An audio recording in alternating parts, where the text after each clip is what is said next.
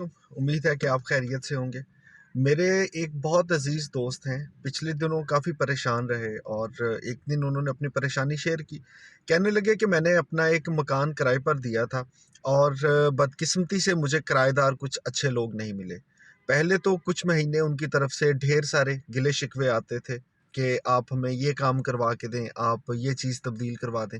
और फिर करते-करते क्या हुआ कि उन्होंने किराया भी देर से देना शुरू कर दिया और ये सारे मामलात इतने बिगड़ गए कि अब मैं उनसे बारहा कह चुका हूँ कि आप मेरा मकान खाली कर दें। वो हीले-बहाने लेते हैं जी कि हम कोई और मकान ढूँढ रहे हैं, चले जाएँगे। लेकिन वो कहते हैं कि इतना मैं परेशान हूँ उन किराएदारों से कि कभी उनके बारे में मेरे दिल में कोई ख़्याल आता है, तो मैं परेशान हो जाता हूँ या कभी उनकी कॉल आ जाए तो मैं फ़ोन उठाने से पहले खुद को तैयार कर लेता हूँ कि ये कोई परेशानी की बात करेंगे और कोई ऐसी बात होगी जिसे सुन के मुझे तकलीफ़ होगी।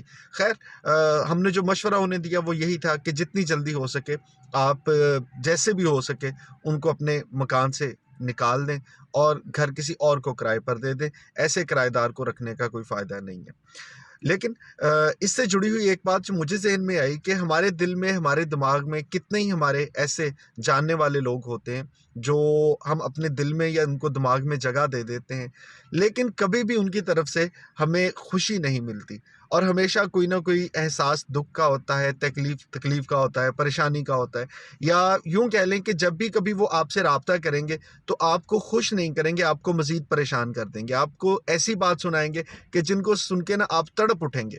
अब जैसे हमने उन दोस्तों को मशवरा दिया कि भई कैसे भी हो आप ऐसे किराएदार को निकालें और किसी ऐसे शख्स को अपने दिल में रख लें, जिसकी वजह से आप थोड़ी खुशी महसूस करें।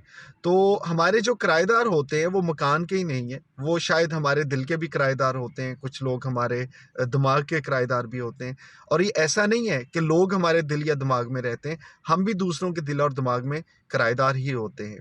और जब तक हम उन्हें खुशी दे सकते हैं, अगर हम उन्हें खुशी देते हैं, तो वो उतने ही खुश होंगे हमें अपने किराएदार के तौर पर अपने दिल में या दिमाग में रखने के लिए।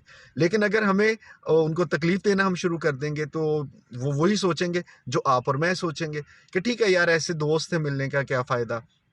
ऐसे शख्स से ताल्लुक़ रखने का क्या फ़ायदा कि जब भी इनसे बात होती है कोई दुःख होता है, कोई तकलीफ़ होती है और बात करके खुशी नहीं होती।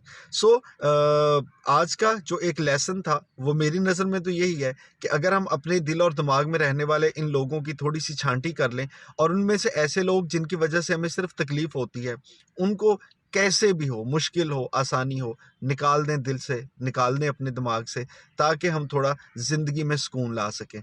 और एक टोटका जो किसी ने किसी ज़माने में बताया था और बड़ा अच्छा है, वो ये है कि आप किसी दिन बैठ के ये सोच लें कि खुदा न ख़ास्ता अगर आप वफ़ात पा जाएँ, तो आपके मरने की खबर सुन के कौन लोग हैं जिनको बहुत ज़्यादा दुःख होगा?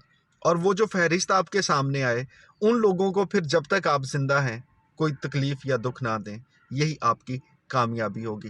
गुफ्तगू पसंद करने का शुक्रिया। मुलाकात होगी इंशाल्लाह आपसे किसी और लाइफ़ लेसन के साथ।